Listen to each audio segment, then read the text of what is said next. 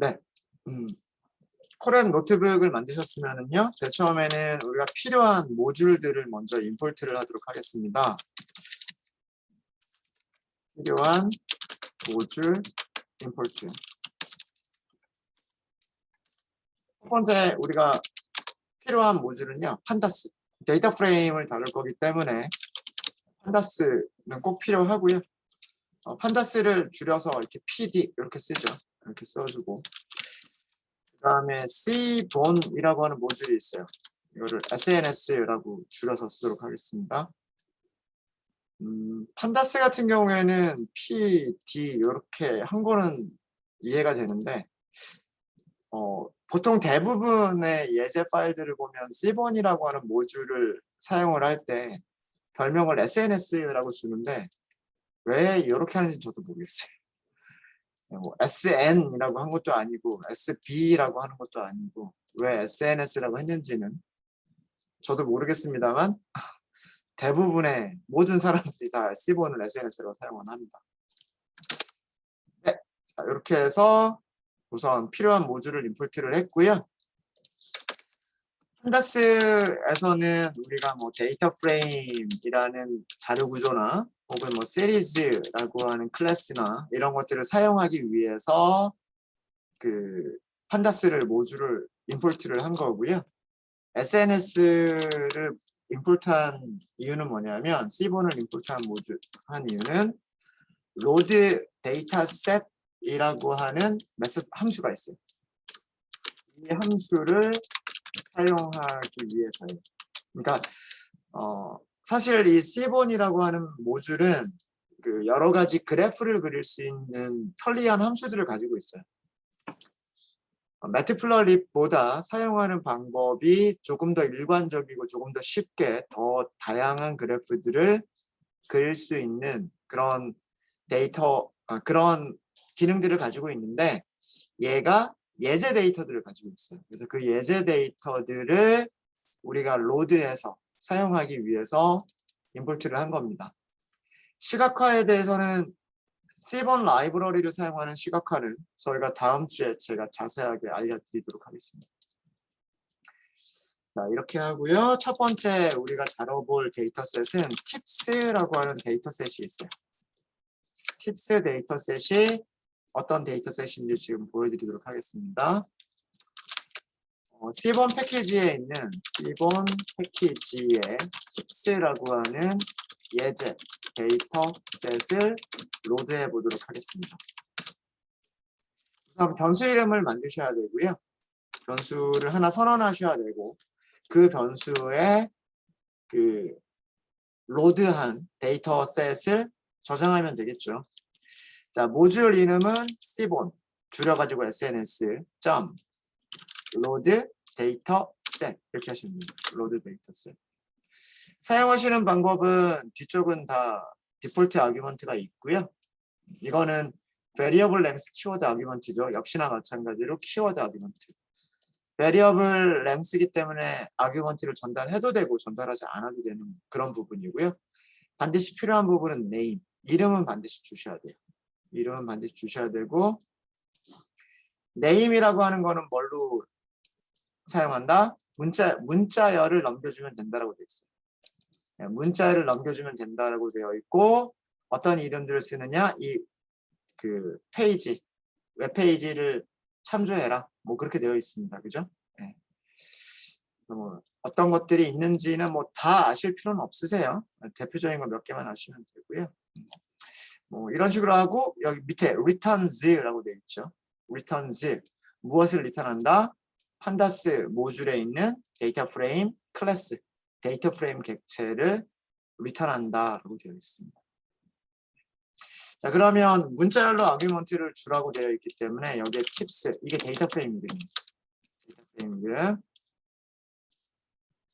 자, 이렇게 해서 데이터를 로드해 보도록 하겠습니다. 얼마 안 걸리죠. 한 1초 정도면 데이터 가지고 와요. 이거 사실 GitHub에 있는 데이터를 가지고 오는 과정인 거예요. 사실은.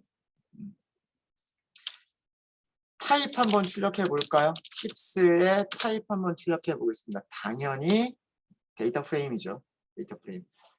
아까 문서를 보셨을 때 로드 데이터 셋이라고 하는 함수는 무엇을 리턴해 준다? 데이터 프레임을 리턴해 준다 라고 되어 있었습니다. 그렇죠? 네. 출력 한번 해볼까요? 전체를. 자, 전체를 출력하겠다 이렇게 하시면 전체가 다 출력되지는 않습니다. 이게 그 콜앱 노트북의 기능 중에 하나예요. 콜앱 노트북의 기능 중에 하나인데 데이터 프레임에 로우가 너무 많으면요. 로우가 너무 많으면 자기가 알아서 잘라줍니다. 몇 개가 보이냐면 위에서 5개, 아래에서 5개. 그렇게 그 중간에 더 있다라고 해서 점점점 이렇게 보여줍니다. 그래서 이런 기능이 있고요.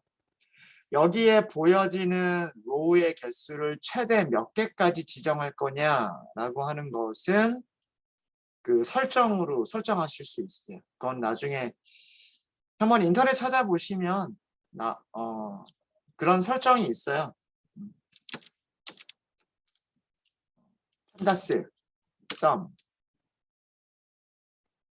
제가 그쵸 나오죠.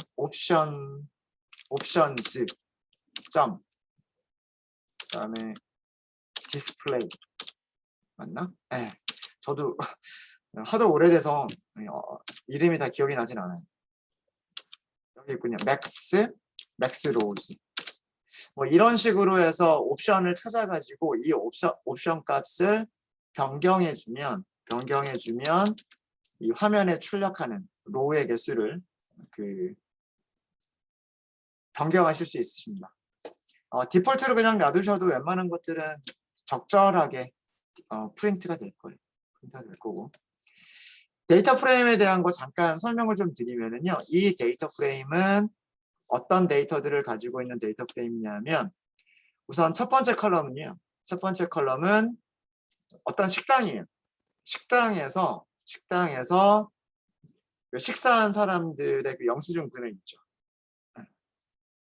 식사를 했는데 그 식사한 금액이 얼마냐? 뭐 16.99달러가 나왔다라는 얘기고 뭐 13.34달러가 나왔다 그런 얘기예요. 그래서 그 식당에서 식사를 하고 영수증에 찍힌 자기가 그 음식을 먹은 거에 대한 영수증 금액이고요.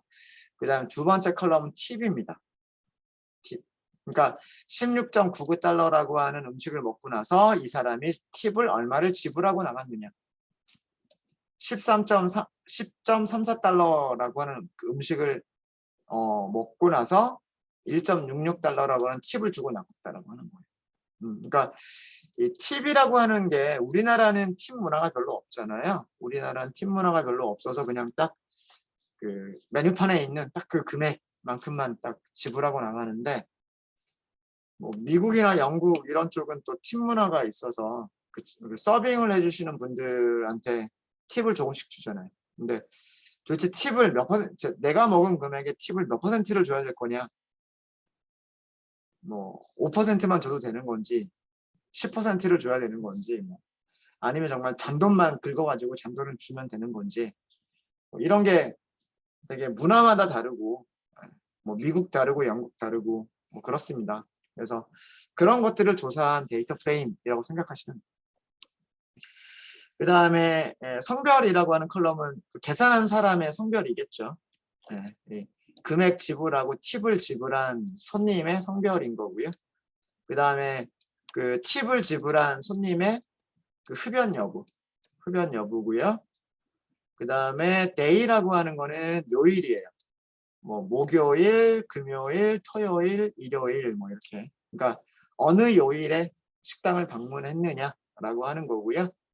타임은 언제 식사를 했느냐예요. 보시면 지금 디너라고밖에 보이지 않는데 아마 중간에 보시면 런치라고 하는 것도 있을 거예요. 그래서 그 점심시간대에 식사를 한 거냐 아니면 브레이크 타임 끝나고 나서 저녁 타임에 식사를 한 거냐 뭐 그런 내용이고요.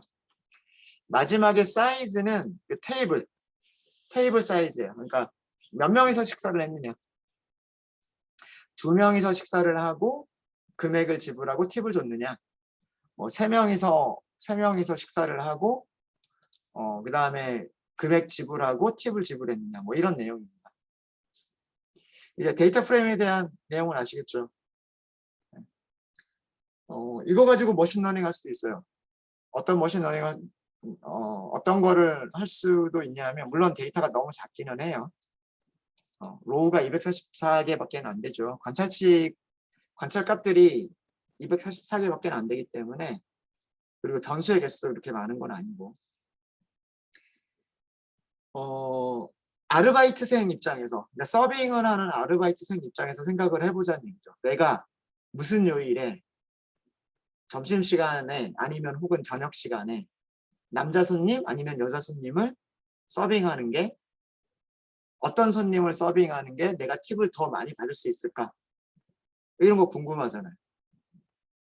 그런 머신러닝 주제로 만들어진 데이터셋입니다. 데이터는 실제 데이터고요. 근데 이게 몇 년도 데이터인지는 저도 잘 모르겠어요. 근데 실제로 그런 연습 문제를 하기 위해서 만들어져 있는 데이터셋이에요. 데이터셋입니다. 언제 팁을 제일 많이 받을 수 있겠느냐 궁금하지 않아요? 아닌가요? 네, 데이터셋에 대한 설명은 드렸고요. 자, 우선 그러면 첫 번째 데이터 프레임에 그냥 데이터 프레임 앞으로 그냥 간단하게 DF라고만 할게요. DF. 데이터 프레임의 모양 어떻게 할 수 있을까요? 그러니까 로우가 몇 개냐, 컬럼이 몇 개냐. 물론 이렇게 출력을 하잖아요. 이렇게 출력을 했을 때 데이터 프레임을 출력할 때 이렇게 중간에 생략된 게 있으면 로우의 개수와 컬럼의 개수를 이렇게 밑에 제일 끝에 보여줍니다. 보여주고요. 그리고 이 제일 밑에 있는 숫자, 로우의 인덱스 숫자를 읽어보면 244개가 있다는 거 알 수 있죠. 243인데 왜 244개죠? 0부터 시작하니까. 그 다음에 컬럼이야 이렇게 하나씩 세보면 7개라는 거 알죠? 7개라는 거 아는데. 우리 속성이 있었잖아요. 데이터 프레임에 프로퍼티가 있었죠. 모양을 알려주는 그게 뭐였었죠?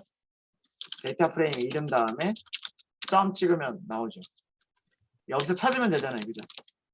어떻게? shape. 자, shape은 괄호를 쓰나요? 괄호를 쓰지 않나요? 괄호를 쓰지 않습니다. 왜요? 이거는 변수니까. 튜플을 저장하고 있는 변수니까 함수가 아니에요. 그죠? 그러니까 구별하셔야 돼요. 이렇게 점을 했을 때 A, B, S 이렇게 나오죠. 옆에 뭐라고 돼 있어요? def, argument, 그 다음에 return 값. 이거는 함수란 얘기예요. 그죠? 데이터 프레임이 가지고 있는 함수니까 메서드죠. 데이터 프레임 객체가 가지고 있는 메서드예요. 정육면체. 자, 그런데 shape 볼까요? shape은 정육면체가 아니고 파란색으로 직육면체죠. 그리고 여기 뭐라고 써져 있습니까? property. property라고 써져 있는 거는 변수를 얘기하는 거예요. 값을 저장하고 있는 변수. 변수를 이렇게 괄호를 쓰지는 않죠. 그렇죠? 근데 요거 실수하시는 분들 종종 계세요. 네, 함수인지 변수인지 몰라가지고 실수하시는 분들 종종 계십니다. 자, shape이라고 하는 것은 앞에 출력하는 게 로우의 개수, 뒤쪽에 출력하는 게 컬럼 개수입니다. 컬럼 개수. 만약에요, 여러분들이 그 데이터 프레임에 로우의 개수만 알고 싶어요. 전체 행이 몇 개냐 이것만 알고 싶어요. 그럼 어떻게 하면 될까요?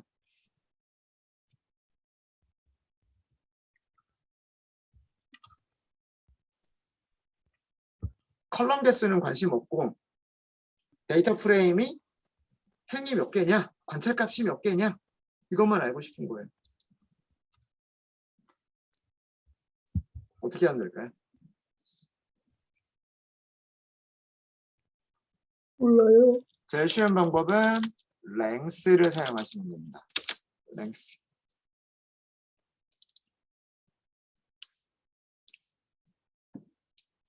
데이터 프레임을요. 2차원 리스트나 2차원 시리즈, 2차원 어레이라고 생각을 해보세요. 2차원 시리즈나 2차원 어레이에서 length는 길이잖아요. 길이라고 하는 건 뭐예요? 원소의 개수. 근데 2차원에서 원소라고 하는 것은 하나가 데이터 하나잖아요. 그죠?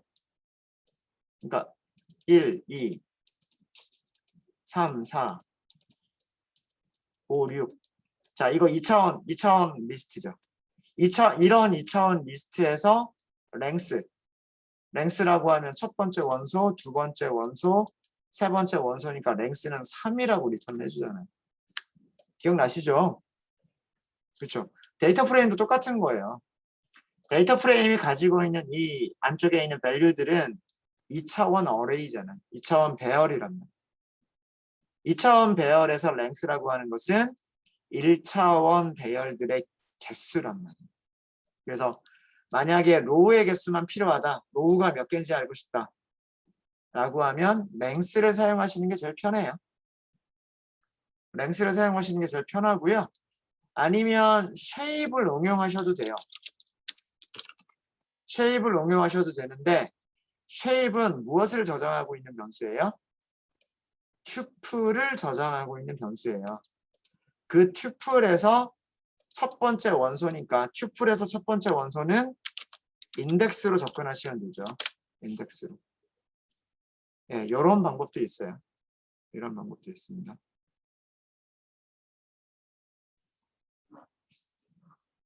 됐나요? 되셨죠? 네. 그래서 간단하게 쉐입은 로우가 몇 개가 있고 변수가 몇 개 있느냐, 옵저베이션이 몇 개 있고 베리어블이 몇 개 있느냐를 알아내기 위해서 쉐입을 쓰는 거고요. 단순하게 옵저베이션이 몇 개만 있느냐라고 할 때는 파이썬의 기본 함수, 랭이라고 하는 거는 파이썬의 기본 함수잖아요. 랭을 이용하시면 돼요. 랭을 이용하시면 되고, 자 그러면은 모양과 로우의 개수는 알아냈고요. 그러면 이번에는 우리가 실제로 그냥 출력을 하면 컬럼의 이름들은 다 나오기는 해요. 컬럼의 이름들이 다 나오긴 하지만 만약에 출력을 못하는 상황이었었다. 전체 데이터 프레임을 다 출력을 못하는 상황이었다. 그래서 데이터 프레임의 컬럼 이름들만, 다시 얘기하면 데이터 프레임의 변수 이름들만 알아내고 싶다. 그럼 어떻게 하면 돼요? 데이터 프레임 이름에다가 컬럼즈. 자, 이것도 함수가 아니죠. 함수가 아니기 때문에 그냥 이렇게 컬럼즈라고 하시면 됩니다. 그래서 컬럼 이름은 인덱스다라고 하는 거예요.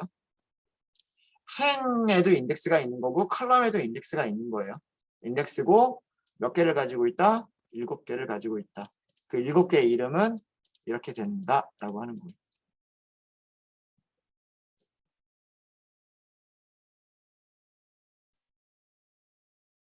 얘네를 가지고 반복문 만들 수도 있습니다. 반복문을 쓸 일이 별로 없긴 하겠지만, 자, 그 다음에는 데이터 프레임 탐색하는 과정이에요. 지금 우리가 하는 것은 데이터 프레임 탐색하는 과정이에요. 탐색하는 과정. 데이터 프레임에서 첫 5개 횡을 출력. 어떻게 하면 될까요?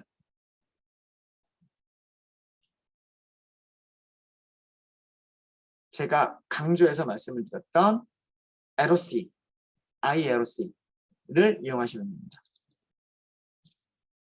이 경우에는 인티저 기반의 인덱스를 사용하시는 게 편하실 거예요. tips.integer location 처음부터 5개까지 5보다 작을 때까지 이렇게 하면 0, 1, 2, 3, 4가 나오죠. 0, 1, 2, 3, 4. 5개.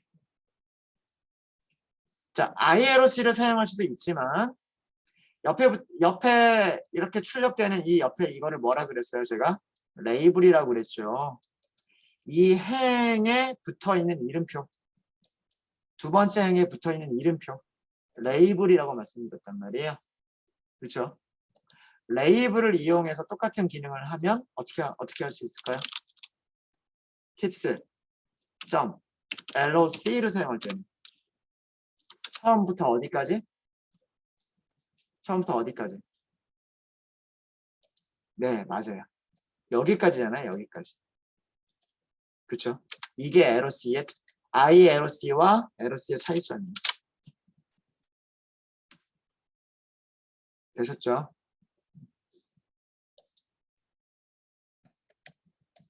되셨죠? 자, 이렇게 사용하실 수도 있으시고요. 하나 더 있어요. 이번에는 메서드 이용 방법 알려드릴게요. 팁스, 메서드 찾아볼까요? 앞에 있는 거 보여주는 거 메서드 이름 무엇일 것 같으세요? 예상하기에. 헤드, 맞아요. 헤드 있죠? 헤드 있잖아요. 데프, 헤드. 그리고 네. 메서드니까 이렇게 사용하셔야 돼요. 메서드니까 이렇게 사용하고요. 아규먼트가 n이라고 하는 아규먼트가 있다라는 얘기예요. 그리고 자, 이거 문서만 보시면 아규먼트 n에는 무슨 값을 전달해야 된다? int 정수 타입을 전달해야 된다라는 그런 뜻이에요. 그리고 이건 무슨 뜻일까요? 기본 값이 5로 설정되어 있다는 뜻이에요. 그러니까 앞에 있는 거 5개를 출력해 주는 거예요. 기본 값이. 그래, 기본 값이. 그 다음에 화살표는 무슨 뜻일까요? 리턴하는 리턴 타입.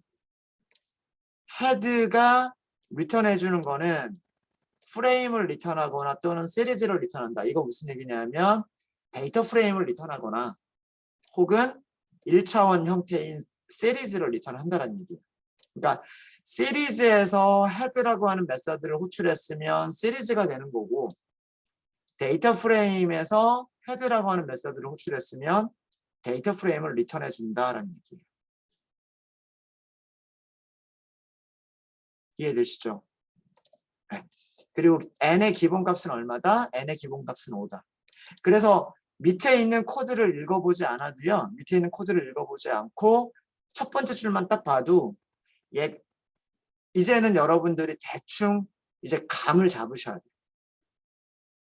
제가 자꾸 이거를 설명드리는 이유가 정말 문서화가 잘 되어 있는 함수들은 첫 번째 줄만 보고서도 어떻게 써야 되는지가 판단이 돼요.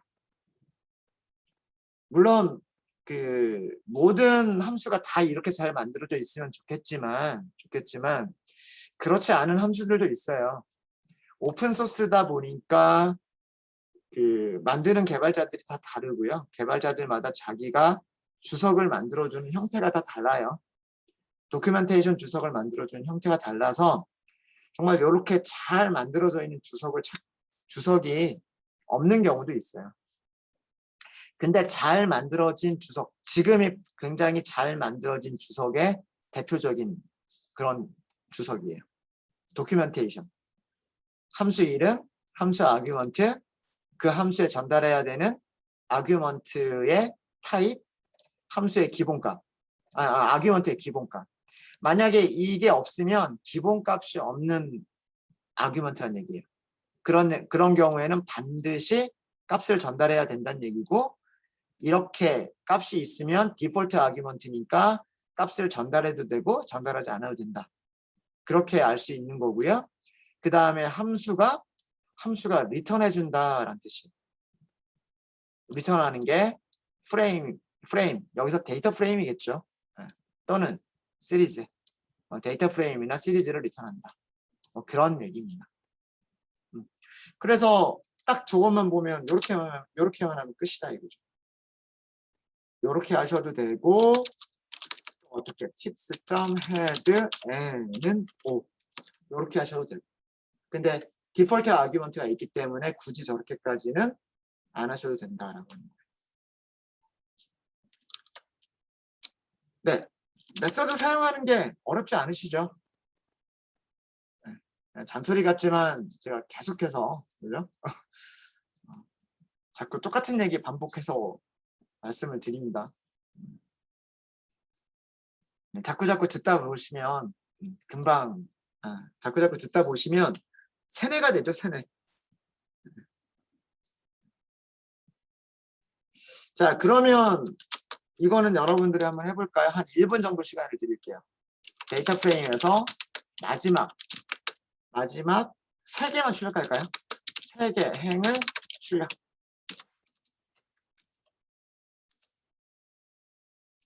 데이터 프레임은 팁스밖에 없어요. 우리가 가지고 있는 게. 할 수 있는 방법, 모든 방법을 다 사용해서 3개를 한번 해보세요. 3개 행을 출력하는 것을.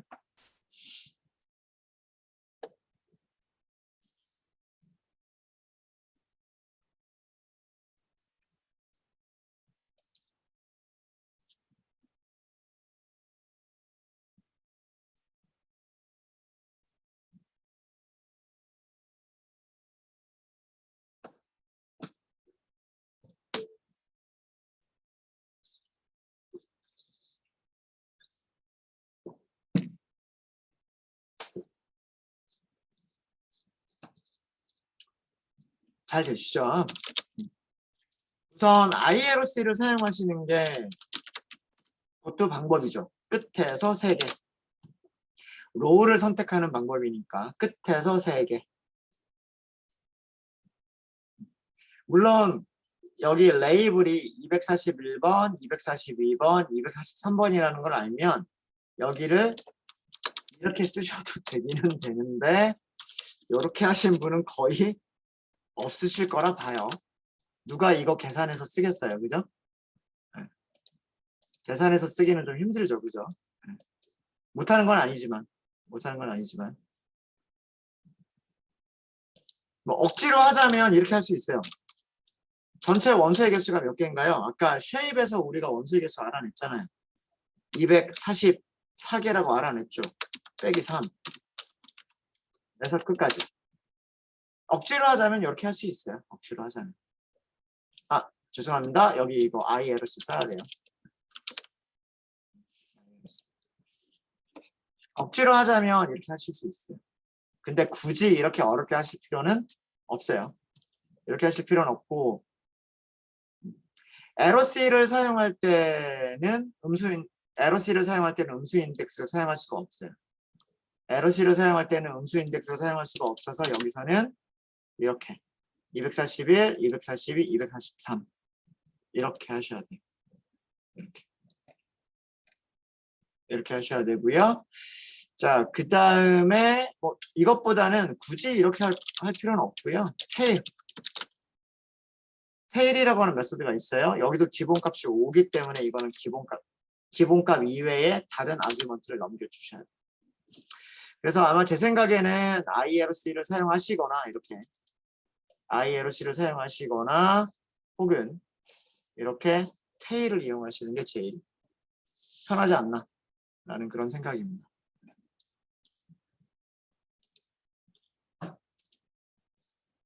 자, 그 다음에 이제는 데이터 프레임에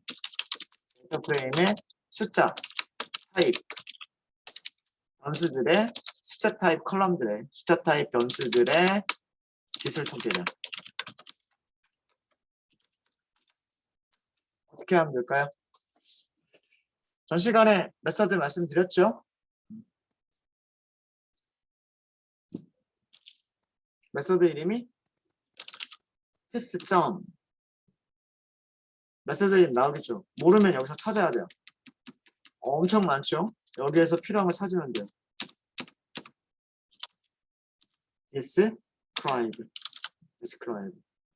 describe는 굳이 아규먼트를 넘길 필요가 없어요. 자, 이것도 한번 볼까요? 메서드 이름은 describe. 파라미터가 있는데 파라미터는 모두 다 디폴트 타입이 있어요. 디폴트 아규먼트가 있어요. 디폴트 아규먼트가 전부 다 설정이 되어 있으니까 값을 전달해도 되고 값을 전달하지 않아도 돼요. 그러니까 여기서는 값을 아규먼트를 하나도 전달하지 않은 거죠.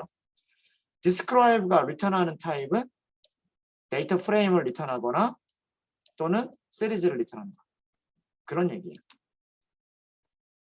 descriptive statistics 이게 기술 통계량 우리말로 번역하면 기술 통계량을 generate 만들어준다. 자 보시면 토탈 빌과 팁과 사이즈만 나왔어요. 성별, 흡연 여부, 요일, 시간 다 사라졌죠. 성별이나 흡연 여부나 요일 그리고 시간 이런 것들은 저장되어 있는 게 뭐가 저장되어 있어요? 문자열이 저장되어 있죠. 숫자가 아니라 문자열이란 말이에요. 얘네들은 카테고리 변수. 성별이라고 해봐야 두 가지 카테고리겠죠. 아마도. 그 다음에 흡연 여부도 역시 마찬가지로 두 가지 아닐까요? 흡연한다, 흡연하지 않는다. 요일. 아마 요일이라면 7일까지 있으니까 7개의 요일이 있을 텐데 몇 개가 들어있을지 모르겠어요. 그 다음에 타임. 시간은 아침, 점심, 저녁으로 나눠져 있을 것 같아요. 보면. 그래서 얘네들은 카테고리 변수고 describe는 무엇을 할 수 없다. 카테고리 변수를 보여주진 않아요. 뭐만 보여주죠? 숫자 타입, 수치형 자료들에 대해서만 기술 통계량을 보여줍니다. 수치형 타입의 기술 통계량은 뭐다? 어떻게 한다? NA가 아닌 개수. 자, 여기도 유심히 보셔야 되는 게 뭐냐면 전체 로우의 개수와 여기에 있는 카운트의 개수를 비교해 보셔야 돼요. 전체 로우의 개수가 244인데 어떤 변수의 카운트가 244가 아니다. 그러면 뭐가 있다는 얘기일까요? NA, 값이 없는 셀이 있다는 얘기예요. 근데 지금 토탈 빌이나 팁이나 사이즈가 전부 다 244라고 나오죠. 그 이야기는 이 데이터 프레임에는 NA가 없어요. 적어도 수치형 타입에 대해서는 NA가 없다라고 하는 것을 보여주고 있는 거예요. 그래서 이것도 우리가 NA를 어떻게 처리해야 되느냐라고 할 때 이것도 되게 중요한 항목 중에 하나입니다. 평균, 표준 편차, 최소값, 4분의 수, 그리고 최대값을 보여주죠. 이 50% 여기를 중위값, 미디언이라고 얘기를 합니다. 미디언.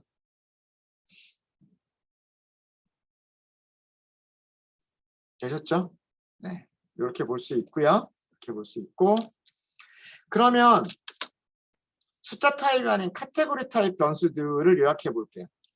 카테고리 타입 변수들을 요약할 때는 어떻게 한다? 빈도수를 나타낸다라고 했죠.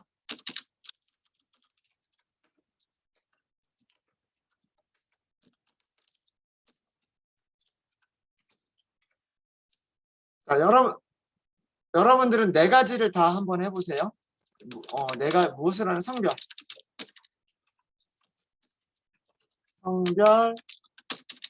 빈도수, 성별 빈도수 찾아보시고요. 그럼 또 뭐 있었죠? 흡연 여부, 빈도수 찾아보시고요. 또 뭐 있었죠? 요일이 있었죠. 요일 빈도수 찾아보시고 그 다음 마지막으로 시간 빈도수 찾아보세요. 메서드 하나만 기억하시면 되죠. 메서드 하나만.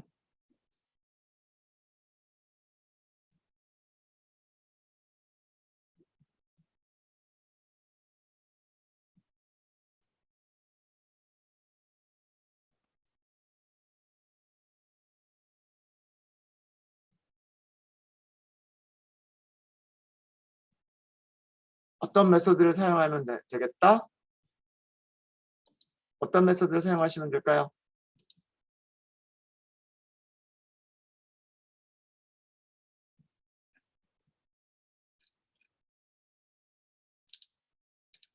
밸류 카운트 맞습니다. 밸류 카운트.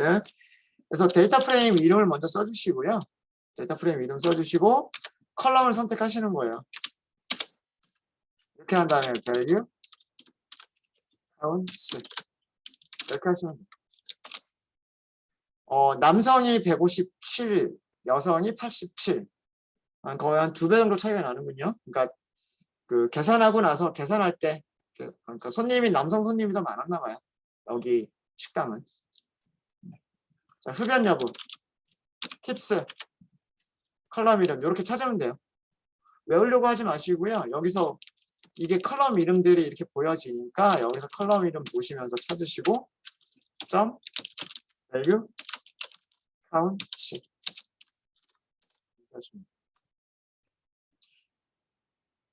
흡연하지 않는 사람과 흡연하는 사람 이렇게 나와 있죠. 여기도 정확하게 2배까지는 아니지만 그래도 거의 2배 가깝네요. 그죠? 그런 내용 보실 수 있으시고요. 요일. 자, 요일도 찾으면 되죠. day가 요일일 거예요. day. 그죠? value count. 토요일 87, 일요일 76, 목요일 62, 금요일 19. 순서가 목금토일도 아니고, 그죠? 어떤 순서인 것 같으세요? 조금만 더 볼까요? 시간은 뭐라고 되어 있나요? days, 성별, 사이즈, 타임이죠, 타임. value, count. 디너가 176, 런치가 68. 여기는 2배가 훨씬 넘네요. 디너가 훨씬 더 많죠. 자, value count의 특징 아시겠습니까? 자, 모든 카테고리 변수에 대해서 value count를 다 연습을 해봤어요. 출력 결과에서 어떤 일관성이 보이지 않으세요?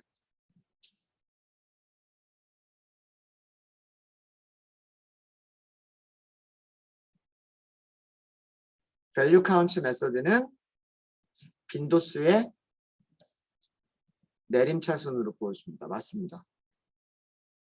빈도수의 내림차순으로 보여줘요. 그러니까 옆에 카테고리 이름의 순서가 아니에요. 카테고리 이름이라고 그런다면 알파벳 순서이거나 아니면은 그 팩터의 순서를 지정할 수가 있는데 그 팩터의 순서가 지정된 그 순서도 아니고 알파벳 순서도 아니에요. 무엇으로? 카운트의 내림차순으로 보여줍니다. 항상.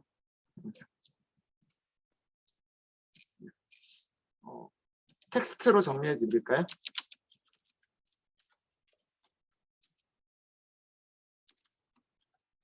value count 메서드는 빈도수의 내림 차순으로 정렬해서 결과를 합니다.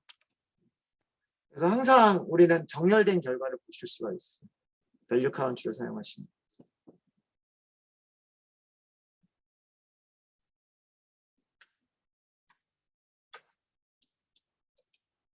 네, 자 이번에는 무엇을 해보시냐면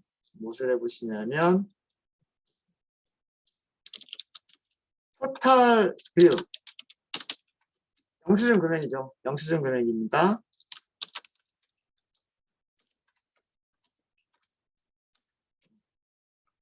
영수증 금액 최대값 인 토탈 빌이 최대값인 행을 출력을 하세요. 그러니까 그 행에 있는 모든 내용을 다 출력하셔야 되는 거예요. 토탈 빌은 얼마고, 팁은 얼마고, 뭐 성별은 무엇이고, 흡연 여부는 어떻게 되고, 요일, 시간, 사이즈 이런 걸 다 출력하시는 거예요. 이게 되신 분들은 무엇도 해보시냐면 영수증 금액이 최소값인 행을 출력을 해보시고요. 이것도 되신 분들은 최대값이거나 최소값인 행을 출력해 보시는 거예요. 세 가지를 한번 해보십시오. 이 세 가지는 무엇을 연습하는 걸까요? 필터링 연습하는 겁니다. 필터링. 다시 얘기하면 불리언 인덱싱 연습하는 겁니다.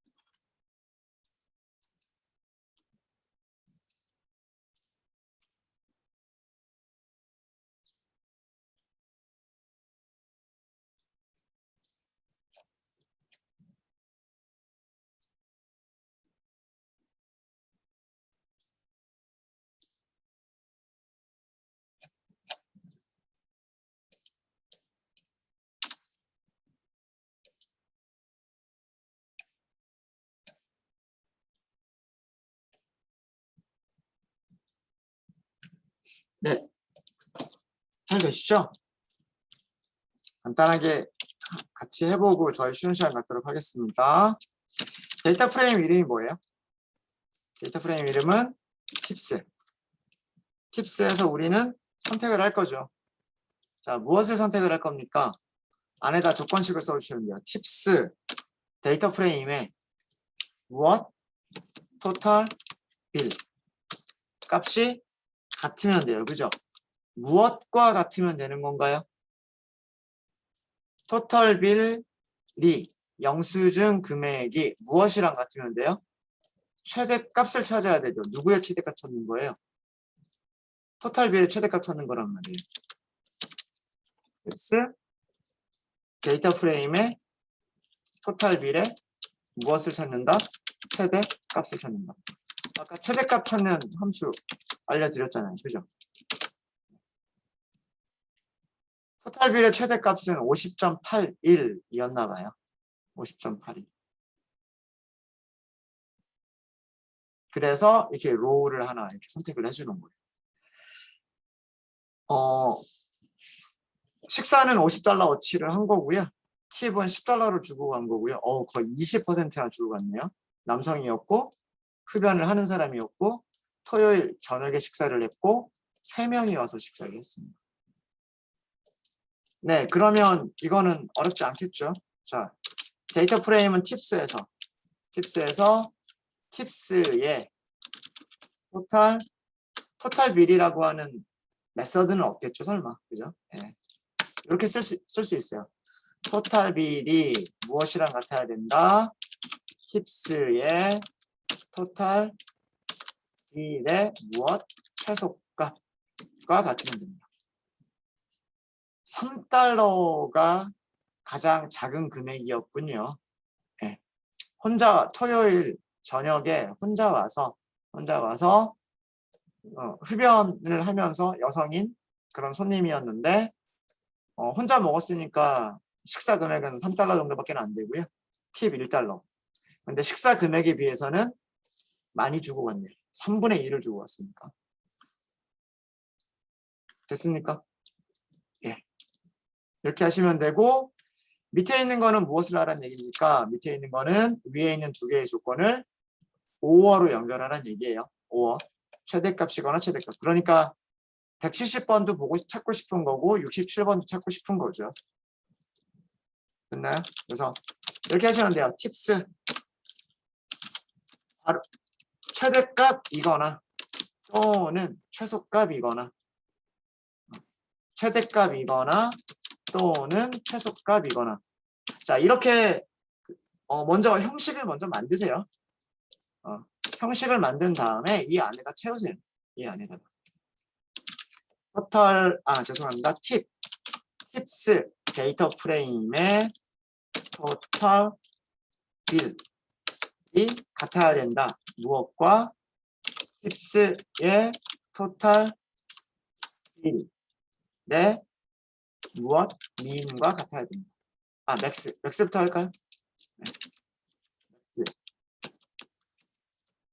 여기서는 민이라고만 함수 이름을 민이라고만 바꾸시면 되겠죠. 아래쪽에서는 함수 이름을 민이라고만 바꾸시면 됩니다. 네, 이렇게 하시면 67번 민이고요. 170번 맥스입니다. 이렇게 두 개를 찾을 수 있습니다. 자, 여기서도 대괄호가 시작했기 때문에 대괄호가 끝날 때까지는 한 문장입니다. 그래서 적절하게 이렇게 나눠주셔도 돼요. 보기 좋게. 네, 질문 있으십니까?